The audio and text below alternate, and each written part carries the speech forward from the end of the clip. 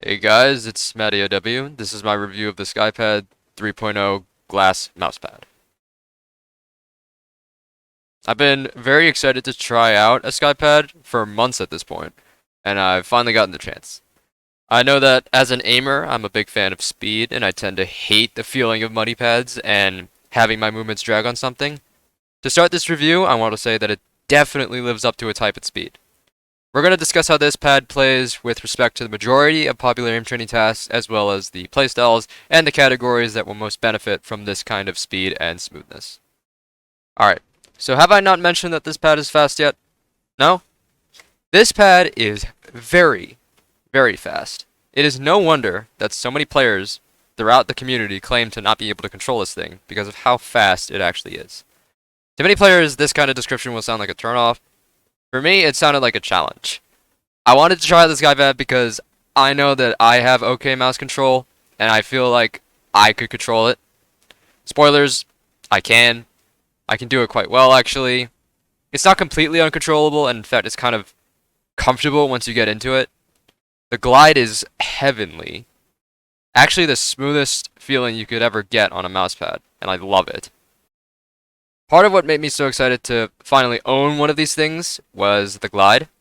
I've always tended to favor faster mousepads over slower ones.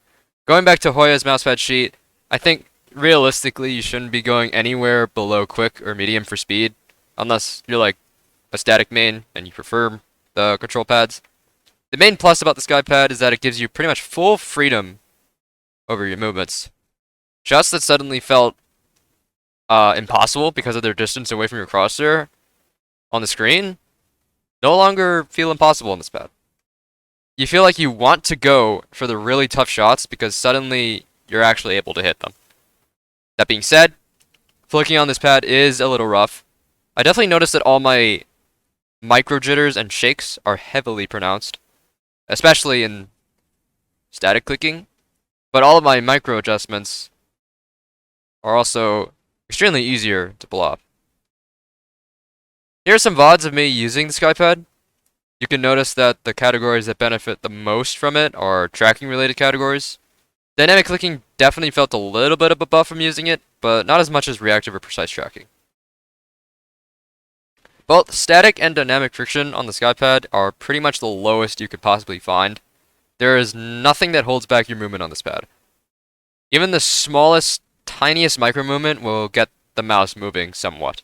And depending on the kind of player you are, that could either be a huge strength or a huge weakness of this pad. Now, my praises of this pad could be endless, but let's get into some of the major criticisms that I have. First off, I find that the glide is rather inconsistent depending on your environment. What does that mean?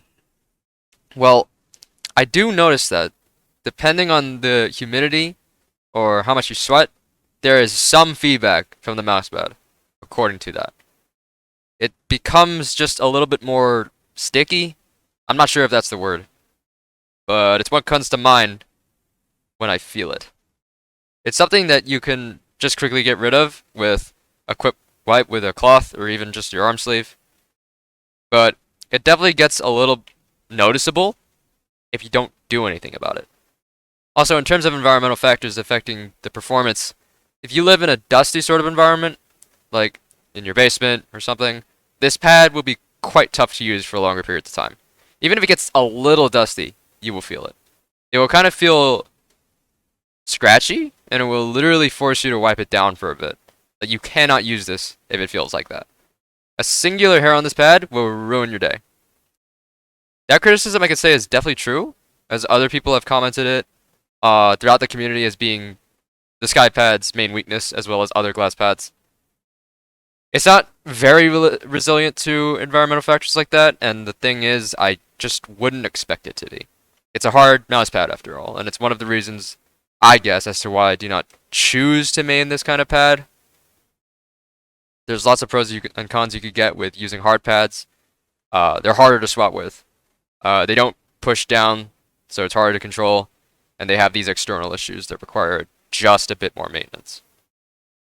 I mean, with that out of the way, let's discuss who this pad is ultimately for. The Skypad 3.0 is absolutely insane, and I'm very happy to own it in case I need to hit some kind of impossible tracking score. There are several other tracking main players like Sistroid and Honor who have excelled on the Skypad both in-game and in the trainer. If you're someone who already prefers the hardpad experience, and you have a good amount of time in aim trainers with some semi-decent mouse control, you should 100% consider picking up the Skypad 3.0. The feeling is definitely worth trying out, and if you like it, then with its durability, longevity, and extremely smooth glide, you will definitely have a great time maining it. I don't think that the Skypad is a casual mousepad. If you're serious about aim, you want the most freedom in your movements, such that you can fully rely on yourself for stopping power and control, then go for it. It is worth it, but it's not for everyone. There are definitely players who will have a significantly tougher time controlling their aim on this pad, and it definitely takes a while to get used to. Again, I'm glad to finally own this beast of a mousepad literally made of glass, though I do not intend on maining it. I would definitely be swapping to it frequently for some abuse on tracking scores. Very nice mousepad to have in general if you are an aim training connoisseur like me. This concludes my review. Hope you guys enjoyed. Like the video and subscribe. Follow my Twitch at twitch.tv/MattyOW. See you guys in the next video or aim VOD. As always, happy dot clicking.